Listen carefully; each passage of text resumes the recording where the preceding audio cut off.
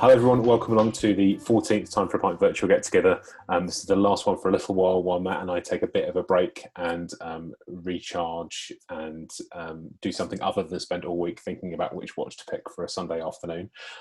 Thank you for joining us. We are going to this afternoon do a bit of a lightning fast wrap up of the last 3 and a bit months.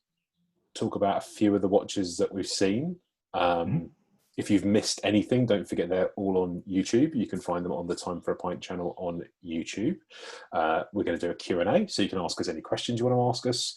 Anything you've seen over the last 13 weeks that you forgot to ask. Anything that you think we might know that you want to ask us, we'll try and find an answer for. So don't forget to use the Q&A function for that. Yes, are they 3 months already? Yes. I don't know where the time has gone. Matt's also going to share something that came out last week that he was very lucky to be hands-on with, which is very cool. We've got some art to show you. And some other stuff. Lots of things. Lots of things. Many things. So I'm going to share my screen. But the key thing is the Q&A. So the key thing is the Q&A. In half an hour's time, we'll come around to some Q&A. So if you'd like to start raising questions now, please do. We'll put them to one side and we'll come back to them. But we thought we'd give you an opportunity to ask us some questions directly. So yeah, here we are. So we've seen lots and lots of watches, including our own, and we've just been through all the slide decks for the last few weeks and grabbed out a few things. So these are kind of like in no real order, but they're things that cool things. So there's some of the cool things that we liked. So this was Bill's Seamaster 300. 2913, I think was the reference. I think this is cool. Matt and I were talking about this in the week, and Matt was saying it's very similar to a lot of the skin divers he likes with that same kind of profile in it. I think it's remarkable how that profile just kind of pervades the whole kind of history of vintage dive watches. I just think very, it's very cool. so iconic. Yeah, it's a super cool watch. This was Jonathan Hill's post office watch, created by a relative, grandfather, great-grandfather, can't remember. I'm sure Jonathan will say something in the chat because I saw him pop into the room. This was a thing that could have been really cool if everyone had adopted it. Go back and watch the show with Jonathan in. He explains exactly how this works and how it would have worked if it was in wider usage. This was Ming's JLC Latitude Limited Edition. This is the classic size, the really small one. This is the one he sent us over pictures of, and everybody was slack-jawed and was like, never seen this, where did you find this? And it turns out this is from the early 2000s. Very cool. Hate it when that happens.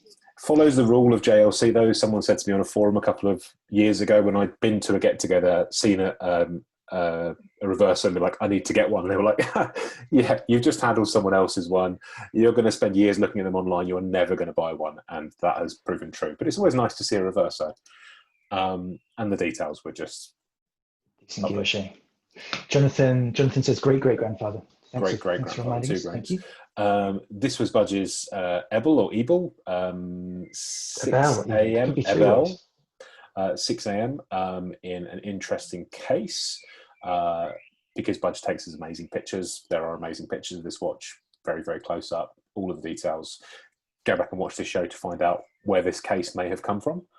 Yeah, and I think he's still looking for some answers. So if anyone is interested in kind of joining his research project on that, I'm sure he'd be very pleased. And then, oh yes, this was Patrick's GOS Guardi 1 of 5. Have I got that right? I think I've got that right. Yeah. So he cheated and brought along one of the watches that he actually made himself, didn't he? Yeah. I think he's allowed to with a cool thing like this. Yeah, I mean, this is back to the point about vampires. This could be the watch that a vampire wears, maybe. Or Batman. I think Batman. If you flip onto the next slide. Yeah, it could be Batman, couldn't it? Batman or a vampire. So we could turn this into the new Batman watch. Van Helsing. Van Helsing. And that movement was just cool. Yeah, he was working with the jeweler over the other side of Sweden, wasn't he? Yeah, it's good. Yeah, handsome thing. Yes. Yeah. So this is Stefan Sarpaneva as Oiva, as owned by Kari Voutilainen. Kari brought it onto the show. One of the first watches he bought from, well, in fact, probably the first watch he bought from Stefan. I learnt today that Oiva means excellent in Finnish. I don't think Kari mentioned that, but I can see why. There's definitely a lot of excellence. If we go to the next slide and see quite how much. All the excellence. It's like a big slice of excellence. The steel bombs are Torsten, absolutely. It's a very step and watch though. I'm so glad Kari brought this because I think there were 35 made at the time. I've been trying to find out how many, and I just haven't seen one since. So it's a really cool thing. Yeah. But it wasn't the only cool thing. This is Adrian Halewood's Smith's Imperial Automatic 25 Jewel watch. Adrian's on, I think. I chose this because I just love looking at the movement. To be honest, I do like the Smith's dials, but if we look at the movement, a British made, English made automatic movement from the 50s and into the 60s is a pretty cool thing, isn't it? It's a 60s watch. Sorry, it's a very cool thing, and hopefully one day we'll see more of them. So yeah, Adrian, not IWC, no Peloton action in there. So that was good.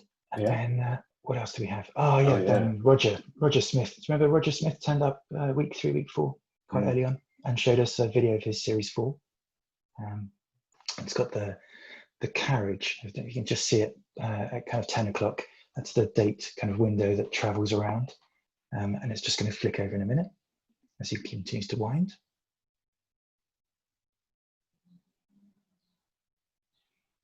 There it goes. You can see it kind of preparing and then just flicking over. So it's lovely to have Roger on. Lovely to see what he's working on. That's really good. Yeah, very cool. Yeah. And then I really like this, and I would like to steal this from Kathleen. Although I wouldn't steal anything from Kathleen because, frankly, she scares me quite a lot, as she should. You should be scared of Kathleen too. This is really cool. This is an Arnold and Son. I believe there was a bit of like tinkering here in the design, and this isn't entirely off the peg. I would love a moon phase watch, and I lust after them quite a lot, and then all the ones I like I can't afford, and all the ones I can afford I don't really like. So finding one with a great big moon on like this is very, very cool. It was just great to see this. I don't think I've ever seen an Arnold and Son watch in the flesh. I'm fairly sure I haven't. So it's cool to see pictures, and maybe one day I'll get to see this if we're all allowed to travel again. That would be lovely. That moon, it's just cool. Really, really cool. I also like this. This was Kari's Urban Jurgensen prototype. Yes, that's right. I love that he showed up, and then a few people were like, hang on, it says number 000 on the dial. What the? And he's like, yeah, it's a prototype, no big deal. Which if you hang around with any watch forums for any period of time and people will say prototype, you tend to think like total nonsense. But well, to think it was Peter Bambo was one of his personal watches, wasn't it? And there's a link back to Peter, so it's a very personal watch for him, and amazing for him to bring this one along to the get together, I think. Yeah, and I think he said he wears this quite a lot. This is like a fairly daily wearer, and it's got lots of nice detail to it, like the detail on the crown, detail on the dial, movement. I mean, beautiful lugs. It's great. And then sticking with watches that I'm never going to get my hands on, this is Jonas's Universal Geneve Tri-Compacts.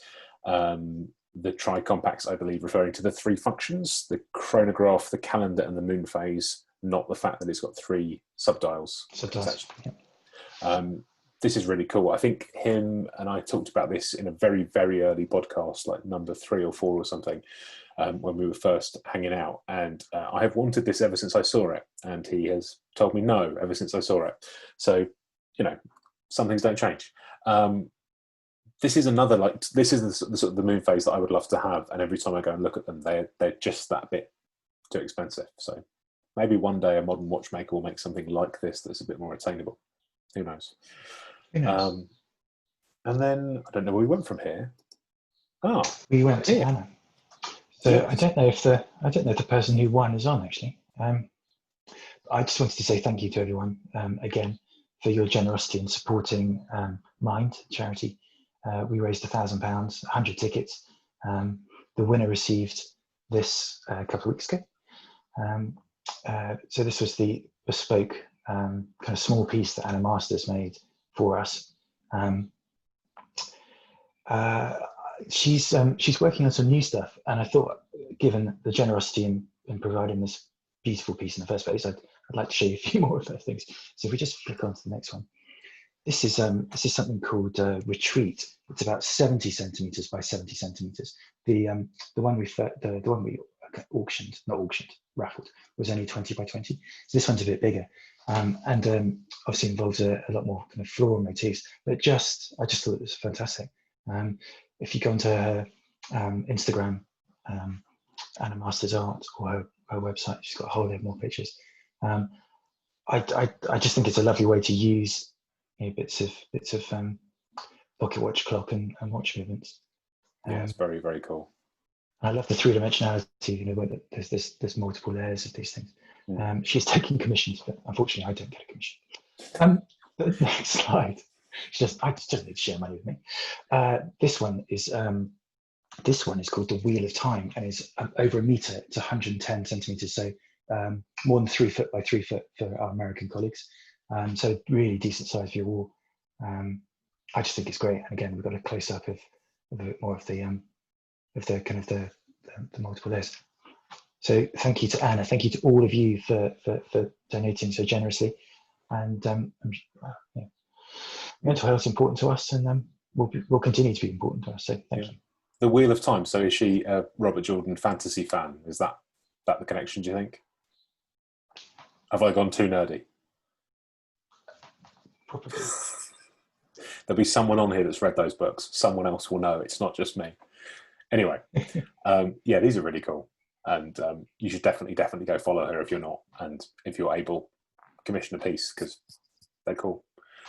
Where do we go from here? Let's see. Yes. So Lee joined us in one of the really early weeks and brought along some of the work that he does. And then a few other people have brought other bits of work that they've commissioned from Lee. So this is one Kathleen had done of the Arnold and Son with the Death Star instead of a moon. That's not a moon. Really cool. This is one David had done of his Joker watch being attacked by, is that a Hermes? I think it is. It's an Hermes, yeah. But again, more Death Stars. What is it with watch nerds and Death Stars? Don't know. I like it. Don't know what it's about, but I like it. And then this was a piece he'd made for Ming, which is just really, really cool. Despite his name, I think quite a lot of this work takes more than an hour. Just putting that out there. I think the commissions are allowed to take more than an hour, to be honest.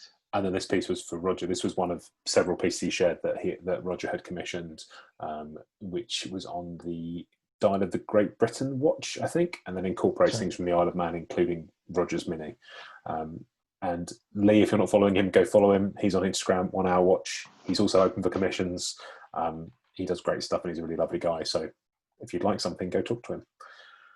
Kathleen points out we're all nerds. We are all nerds. And then back to Matt for this sort of show-stopping thing that you handled this week.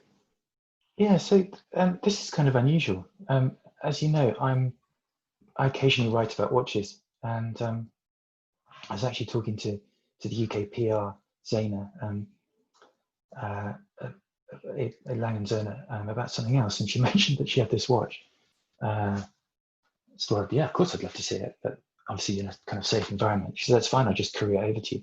I was kind of taken aback. It's like, wow, so this is what journalism is about. So from 12 o'clock on Monday till about 5 o'clock on Tuesday, I had this new Lange 1 time zone, which is the updated version of the time zone that was released in 2005. It's kind of pinkish gold. I must admit I put a filter on this one to make it look more like honey gold. But it's their first kind of update of this model in 15 years, although the rest of the family has been updated over the last 15 years. You can see it now says Gang Reserve 72 Stunden, which is a 72-hour power reserve. It's because it used to have a double barrel. And I don't know what slide's next actually, but there used to be 2 barrels and they're down to a single. The other thing that's changed is if you look at, I should have done before and after shots, shouldn't I?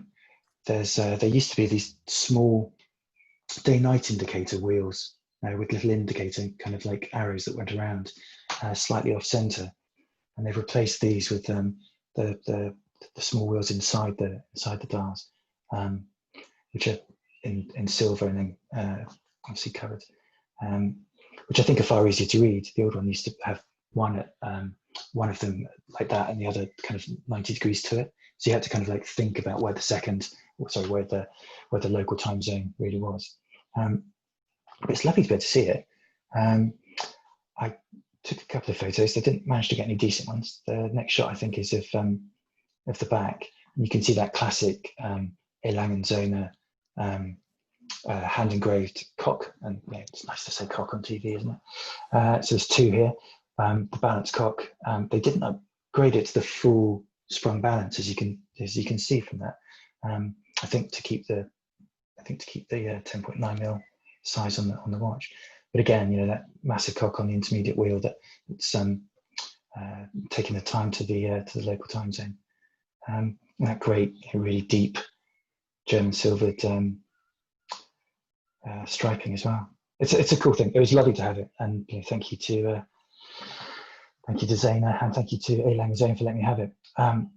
So the cool thing about this is, if you were from the previous picture, so you've got your home time is the larger of the two dials. The second one is your local time, and what you do is you push either forwards or backwards on the pushes that are on the left-hand side of the case to advance the city ring.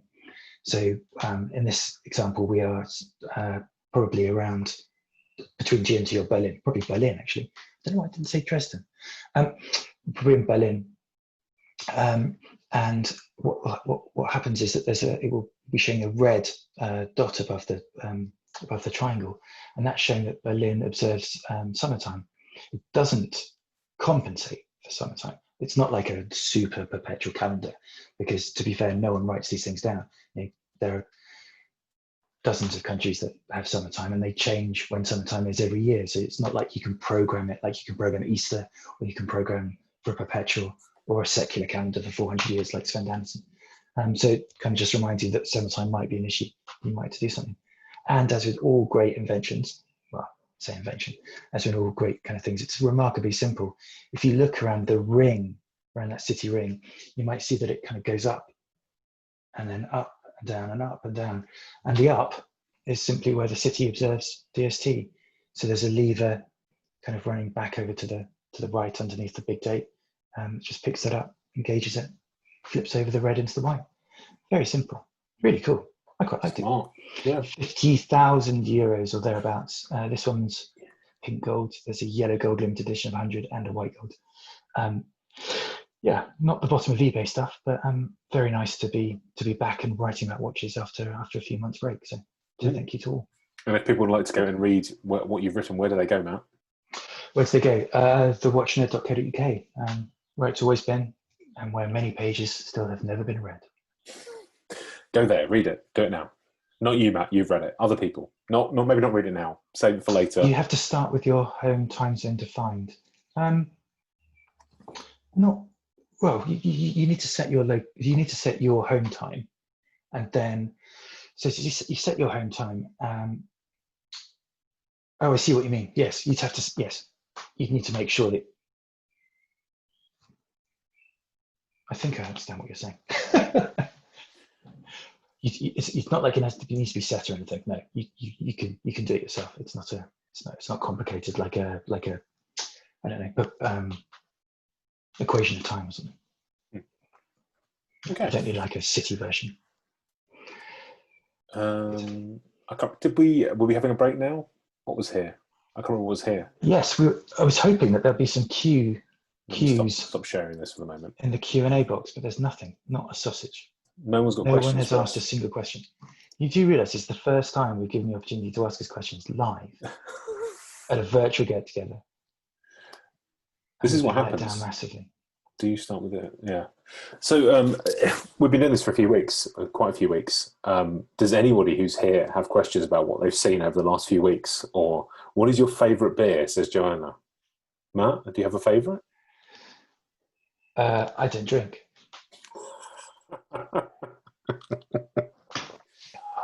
I like whatever's cold, to be honest. Favourite beer? Time for a pint. There's a lot of Camden Pale Ale, isn't there? And neck oil. Yeah. There is a lot of neck oil. I've been indulging in alcohol-free brewdogs, because then you can drink during the day without feeling bad about it. So there are some questions coming through. Robert Morrison says, when are you coming back? In which sense? We can answer that at the end. Into the pub sense, or into the here? We should have answered that at the end. Well, so Chris Andrews, what's your most bling-tastic watches that we own? Bling-tastic. I don't have any blingy watches. I think that Speak Marin is probably the largest of my stainless steel watches and probably the blingiest, and it's quite shiny. Most of the blingy watches I tend to buy for my wife. To be honest, she wears them better than I do. I don't have any blingy watches. Other than, I suppose that lady's silver hand engraved thing was quite blingy. The fob watch. That's quite blingy. That was quite blingy. Actually, that's not true. So this is probably the blingiest thing I own. A gold Frodsham pocket watch. That's quite blingy. It's the only gold watch I own. So yeah, that is probably blingy. Right, Alan, what are your personal favourites? Again, of the watches that we own. Oh, yeah. Of everything, Alan? All of the watches that you own, that we own. I mean, my favourite thing is Omega Flight Masters, having several of them. I'd quite like a gold one of those, if I'm honest, and that would be the blingiest watch that I owned, but I don't think I could find the money to pay for that because it would be a lot. Strange things, you used to be able to. For a while, you couldn't sell gold Speedmasters or Flightmasters. You still can't sell a gold Flightmaster. There's one that's been for sale for the same dealer for the last 8 years that I know of, and the price just goes up every year. No one buys it. But the gold has gone up by so much over the last few years. But previously, they were just these kind of odd things that no one really wanted. A bit like two-tone watches. I think we've had this discussion before. Two-tone wasn't the big thing until 5 or 6 years ago, and then suddenly everyone wanted two-tone. But prior to that, it was a bit dated. On the Lange, where's South Georgia? It may have been replaced. They did say they changed a couple of the dates. Of the cities over time.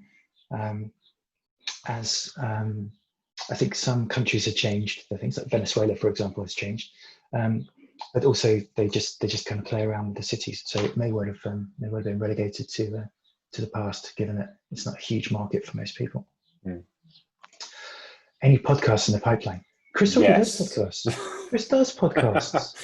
Chris hasn't done a podcast for a while. I think the one you and I did was the last one, wasn't it? For a while. We did that at the end of last year. So yes, there are podcasts in the pipeline. They happen face to face. They're not going to happen at the moment. I can give you a rough idea of what they're about, if that's interesting. One of them is with someone that a few of you have probably met who collects very limited edition modern Speedmasters, among other things, and has a collection, I think a complete collection of all of the precious metal Speedmasters that have ever been made, which is a little bit mind-blowing. And he has promised me we will sit down and talk about those. It's not someone I've spoken to before on the podcast. It's somebody new. There's a lot of very cool stuff, but we need to sit down face to face, probably in quite a secure location, to be able to look at those things. And there's potentially some stuff around the Science Museum and the Clockmakers Company gallery there, potentially, if Anna and I sort ourselves out.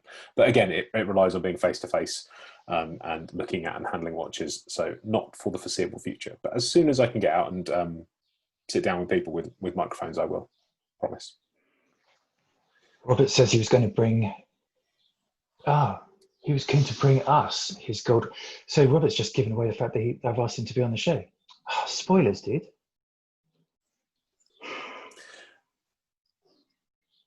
We will be coming back for more of these, I promise. We are coming back. Look, I've got people lined up. We are definitely coming back. We're just taking a few weeks off.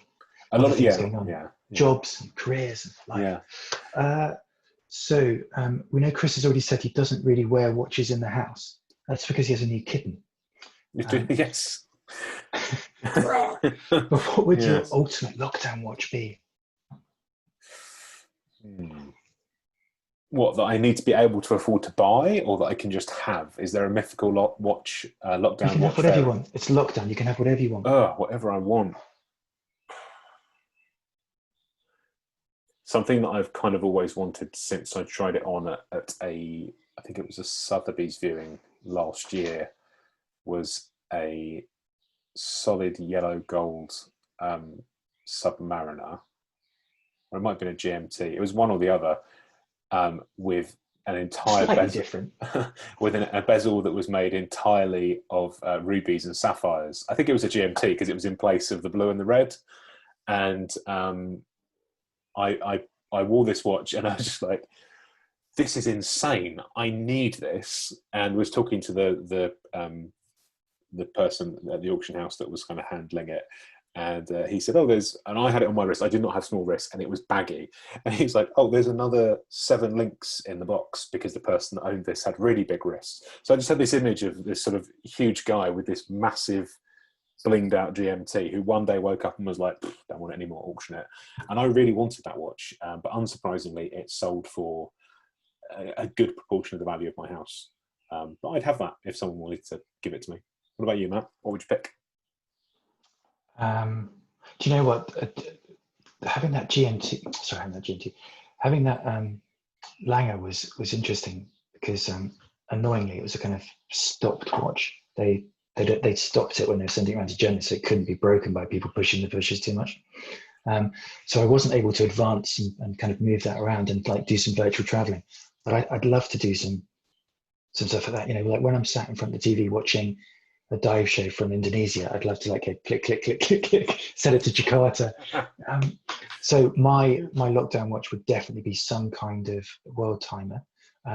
Probably not the one that leaves out the UK because that's a bit harsh. Mont Blanc left off the UK, didn't they? Did they? It's a bit harsh. I mean, deservedly so, but a bit harsh. Yeah. But yeah, I'd go for some kind of world timer, probably.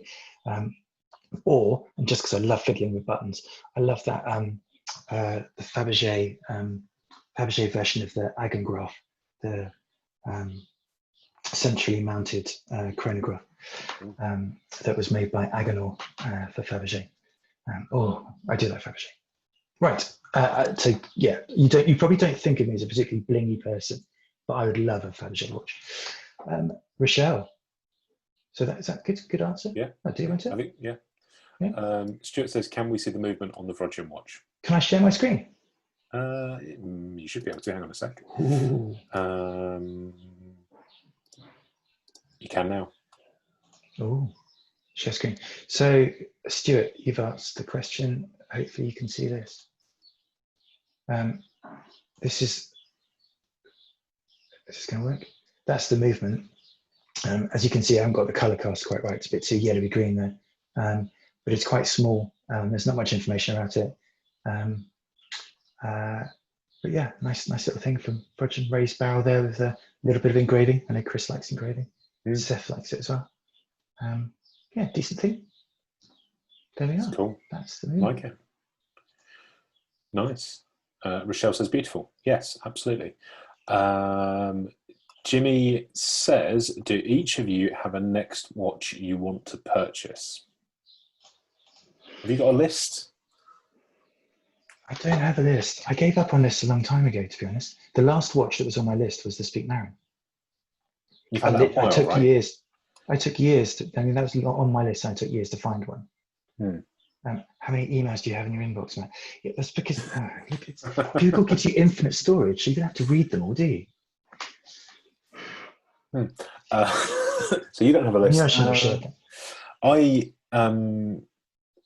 I don't have a next watch I want to purchase. Through hosting the in-person get-togethers, I've eliminated a lot of watches that I thought I wanted,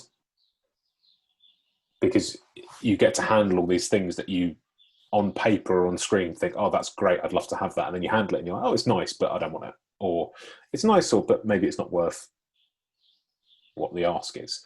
And as I've said like many times over the last 3 months, I tend to find things on the bottom of eBay that I like the look of. I'm not out building lists of expensive stuff that I want to go and buy from dealers or brands. I think Matt and I were talking at the beginning of lockdown. I decided I wanted the Radar Captain Cook, the 37mm from a couple of year ago, and there's a dealer in the UK that's still got some in stock, and they are very happy to do a deal because they want to clear out their 2017 stock, unsurprisingly. And I've been looking at that watch for since 2017, and I still haven't bought it. So the clue there is probably that I'm never going to buy it. It's now at a price where it's very attractive, and I'm still not going to buy it. So, I mean, that's difficult. So you're lucky with that it's a rare day, that it's a common, relatively common watch, and that the price might come down. The problem is if you go the other way and you have, as you said, if you have your eyes set on vintage watches, at the moment they're only going one way, and that's a little bit distressing. So I've got a list of things I guess I'd love to have. Like I'd love to have like a one of those electronic divers, time thingy 50, either rotary or aqua dive, it doesn't really matter. So it's got a depth meter in it, time depth, depth meter in it, and that would be fantastic. But their prices only ever go up.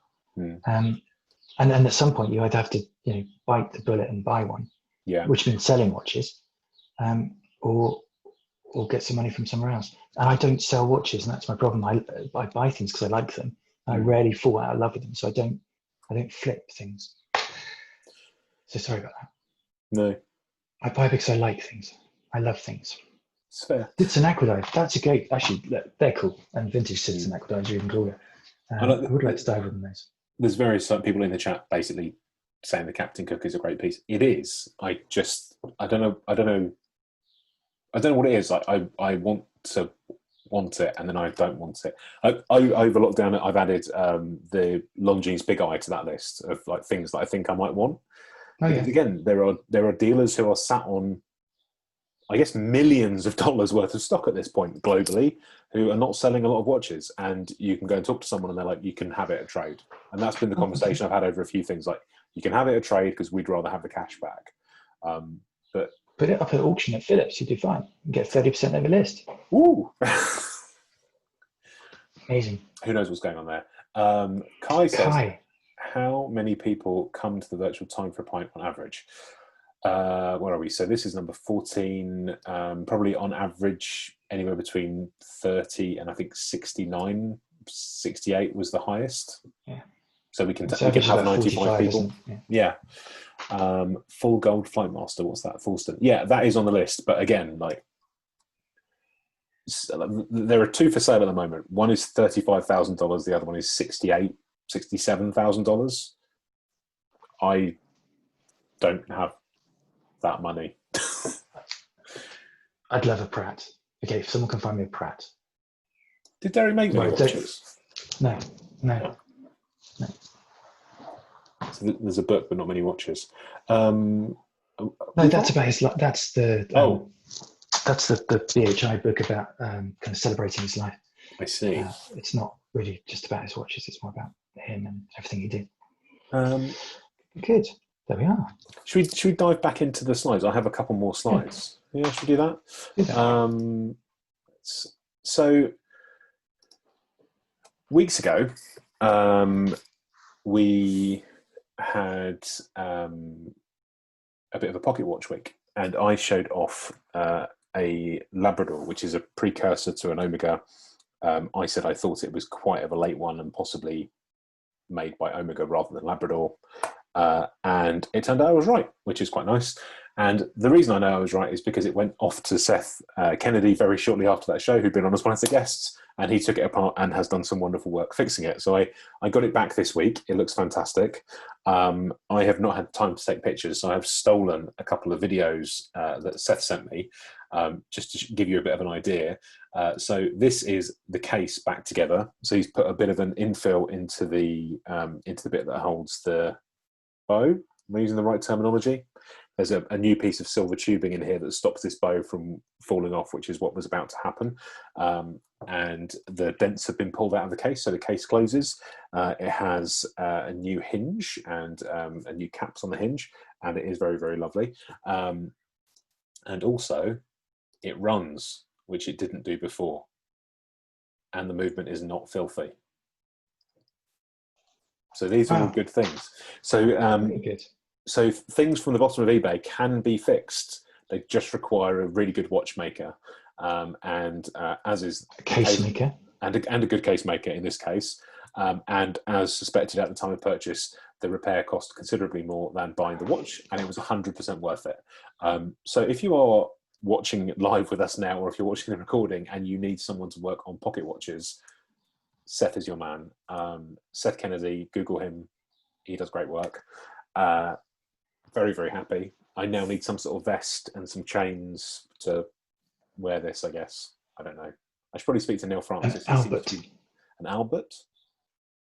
Like a butler or a chair? Yes, that too. Yeah, a butler would be great. You could have like a pocket watch butler that just carried your watch around. I'd love a pocket watch butler. That would be great. But it's really nice. I've had this sat on my desk while I've been working all week, and it's just lovely. I recommend pocket watches if you don't have one. Go get one. Seth points out it's pendant, not bow. Pendant, sorry. Or I think, unless that's a rude word, he was calling you a pendant. No. Could be. Fair. Yeah, so this is a watch. He wants a watch butler. But look, watch butler. Presumably someone's already got watchbutler.com, haven't they? Unfortunately. I'm not going to make any money off names. I mean, people already steal my name. Yeah, they do. But, watch butlers, you heard it here first. So this is a watch I bought off eBay that was broken and is now working. And just to add return some balance to the universe, here's a watch that I bought last week, not quite off the bottom of eBay. I normally relegate my eBay bottom feeding to the sub £100 bracket, and last week got a bit out of control, and I bought this, which is an Omega Memomatic alarm watch from the late 60s, early 70s. So this is an automatic winding watch with two barrels, one for an alarm and one for the timekeeping. And it sadly was not cheap, but it was cheap, much, much cheaper than a lot of the very polished examples that you see for sale on popular auction sites. It was bought from the original owner. It had a lot of disgustingness all over the back of it, and was on a Speedle stretchy bracelet, which was, it had hair. It was a biohazard on its own. It's been burned. It released sort of all sorts of various spirits. It was like that scene in Ghostbusters where it was bad. But it was sold as not working, and it sort of works. I don't know if the audio works on this. I know it works in the video. I don't know if it's working here. Can anyone hear that? Yes, no, maybe? No. The video on Zoom continues to be excellent. But yeah, this is something. I don't know why you just won't pay the $25,000 a month and go enterprise. I don't know. Everyone's been saying it. All the comments are the same. They're saying like, just go enterprise. For some background on that, the week when the get-together didn't work and I submitted a ticket to Zoom and said, hey, there's a problem with your platform, it has taken them up to last week to come back to me and tell me that they only offer support to enterprise customers, and that if I want an enterprise account, it's $25,000 a month. So for anybody who works in the field of customer service, take a note out of Zoom's book and just don't do any. It's worth it. I think it's worth it. I mean, we may have to get rid of the freebies, but Joanna said that her Longines Classic had an accident in the washing machine. Is it best to send it to Longines to mend it? Or buy a new one? How old is it? Badly damaged, is it? Yeah. What is it? Is it modern, vintage, mechanical, battery? 25 years old. So it probably hasn't had its seals tested for what? So it got a lot of water in it, did it? Oh. I mean, Longines have a good reputation for looking after vintage customers. Wrecked. 25 is not vintage. It's just older. That makes me vintage. Yes. That's what I'm going to say to that. I mean, maybe take it into Longines and ask them what to do. But if it's got water everywhere, then it needs a new movement. Then they'll probably come back and say it's cheaper to get. You never know. Send it to them. See what happens. John Cook says, other than the bottom of eBay, where are your favourite hunting grounds? Oh, friends, forums. Quite often I hear about things that are for sale through friends. Actually, the get-togethers, the physical get-togethers were excellent for that as well. There was a little bit of buying and selling there and stuff. Yeah. That was quite good. Forums. tend to be relatively good as long as you've been on them long enough to kind of know enough about the sellers. Yeah. A lot of people rush onto forums, do it really quickly, get the number of posts in, and then try and buy and sell. But unless you've been there for a while, sometimes you don't really know the guys that you're buying from. And I went to one of the watch fairs last year with Jason, and that was a disappointing experience. Really? I've never seen like a mix of so much absolute junk. I think given you hang around trawling the depths of eBay, I think that's a pretty harsh thing to say. Yeah, but I think I found it like a really interesting place to be, because there's obviously there's three kind of strains of stuff going on. There's people selling stuff that is broken for other repairers to either take apart and use for parts or put back together. There's stuff that is very, very nice, and those dealers maybe shouldn't be in that room because they want to sell to clients with money. They don't want to sell to people that are either looking for a bargain or want to tinker. So walking into a room and seeing £25,000 clocks is fascinating. It's not what I expected from a sports centre in Uxbridge. And then you have the kind of pseudo enthusiast dealer who thinks they're on Bond Street and thinks they can charge Bond Street prices, but once again are in a sports centre behind a folding table selling rough examples of watches for quite high prices. So yeah, like Matt, I've bought things from friends. I've bought things at get-togethers. The Time for a Pint get-togethers have become a bit of a place where people buy and sell to stuff to each other. I've seen people walk in with a watch on their wrist and at the end leave without it because someone else has said, "Oh, I've always wanted one of those," and it just so happened the stars aligned. So Thorsten says watch fairs in Germany are shark attacks. I've heard this. I think the stuff that appears there is possibly better than the stuff that appears here, but who knows? And then in the Q&A, I think it's interesting that a lot more of the auction houses have gone online. So the sale room has aggregated a lot more of the auctioneers together recently, and that might smooth out some of the prices actually, because I think there might be more things to be got at better prices, given that previously you had to drive to or travel to many of these places to actually be able to bid. So there's a chance maybe for the sale room to give us access to some of that stuff that's kind of gone missing. The good but not great. I think the thing people fail to take into account, both on eBay and on auctions, went through the sale room or in person, that is quite often if you're buying vintage, you are going to have to find someone to fix it. So you need to, like through the sale room or from physical auction house, you need to add the premium, the buyer's premium, which is anywhere up to 36, 37% now, including VAT. And then you've got to find a watchmaker to fix it. And who knows what that might cost. So what might appear to be a bargain isn't necessarily, because you're paying up to more than a third on top and then having it repaired. Anyway, I'm not meant to be buying. Yeah. I'm taking a break. Greg says, is it the JLC movement in the Omega? No, it's not. It's a different one. I don't know where the watch has gone. It's around here somewhere. It's a different one. I think the Memovox movement, you can set the hours. The Omega one, you can set the hours and the hands, and I believe it was the first one you could do that. It was co-developed with Lemania, which probably means it was developed by Lemania and then refined a bit in-house, because I think there was already some partial ownership of Lemania at that point. But it's quite a nicely finished movement. It's broken in the way of a lot of these alarm watches. Apparently, if you mess around with the alarm when it is between the point where the date rolls over between 9 o'clock at night and 2 o'clock in the morning, you can bend various bits and pieces. The giveaway for that is that when you go to set the alarm time, all of the hands go in all sorts of different directions for no apparent reason, because there are some teeth gone. Talking to Tony at Swiss Time Services, he was just like, it happens. They didn't make all that many of these, as far as he's aware. They don't see many for service over there. Given the sheer volume of watches they see, I guess that means there are not all that many around. But yeah, I'm excited to have it working. I've never had an alarm watch before, other than digital alarm watches, which are quite fun. But as you said, it's got minutes as well, hasn't it? Most of the alarm watches with the old A Shield 1901s or whatever with the hour. Yeah. Seth says the fairs have been a good source of books and tools for him, but deals go on elsewhere.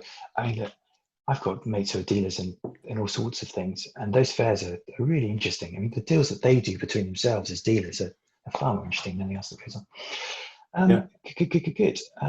Where else are we? Rob says 25k would go a long way towards the watch butler's salary. Wait, we haven't got the money. That's why we haven't spent it. I can't spend money I haven't got, Rob. Kids. Yeah. Pesky kids. I must admit, looking back, I mean, this was put together on a shoestring in 3 days, 4 days? Just about, maybe a week tops. I literally had a conversation with Chris, and then he went away, did some research, and before I knew it, we had something on a Sunday. It's remarkable, really. I certainly didn't think that 3 months into it, we'd be interviewed by a journalist for the New York Times as well. That was pretty weird. So thanks, Kathleen, for putting Victor back onto us for that. Yeah, I also didn't think that anything would ever be put in writing about you or I that said we were serious, or I can't remember what the other word was. I think we were basically accused of being a bit stuffy, or something. I don't know. I think she's got us bang on, absolutely on the nose. All right, we are stuffy. We are nerdy. This is true. I mean, certainly compared to some of the other things that go on Zoom. This is true. You haven't had anyone try to do that thing when what's it called, Zoom bombing? No, I've locked that down. No one could do that. Speaking of things that happen on Zoom, there's one more. I didn't take pictures of this because it's really, really hard to photograph.